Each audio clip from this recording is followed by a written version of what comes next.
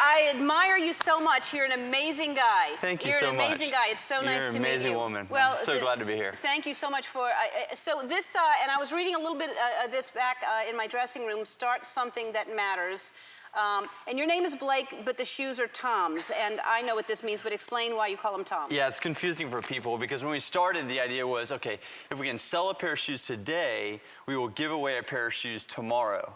And then we were going to call them tomorrow shoes, but I couldn't figure out how to fit tomorrows on this little tag. Right. So I shortened it to TOMS, and people have called me Tom ever since. So I answer to both, don't worry. All right, but I know your name is Blake, so I'll call you Blake. And I love your shoes. Thank you. And I love the whole story of how you got started and what you decided. But you've done this early on. You had done 3 other companies before you did this, so you just have that mind for business and for doing good. Well, I think that the great thing about TOMS is that we make it so easy for people to do something. I think everyone wants to serve, they want to give back, but it's sometimes hard and it's difficult, especially with everything that's going on in the economy.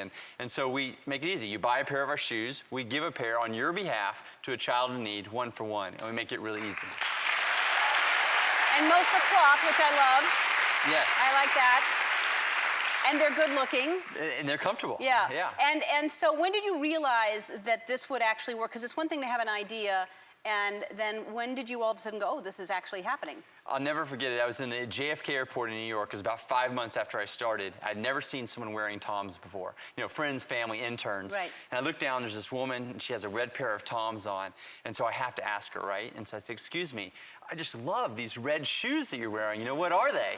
And she looks at me and her eyes widen. She goes, TOMS shoes. Now, I'm trying to play it cool, right? So I'm doing the electronic kiosk. Well, she didn't like that. She literally grabs my shoulder, pulls me aside. She goes, no, you don't understand. This is the most amazing company in the world. When I bought this pair of shoes, they gave a pair to a child in Argentina. And there's this guy, he lives in Los Angeles. I think he lives on a boat. And I mean, she started telling me my life story, word for word, with like more passion than my mom tells it. I mean, it was, and I knew at that moment, if this woman was going to stop what she was doing at an airport to tell what she thought was a stranger, right, you know, that this was really gonna spread. Yeah. Because that is the good thing, is that you're doing good, but everyone who buys a pair is doing something good too. You're getting a cool pair of shoes, a fashionable pair of shoes, and you know that you're helping somebody else. It's just, I mean, why we can't do that with every single thing we buy. I hope that's our goal at TOMS. I mean, we're looking at expanding the 1 for 1 model to many different products, right, so that people can, you know, give back with all of their purchases.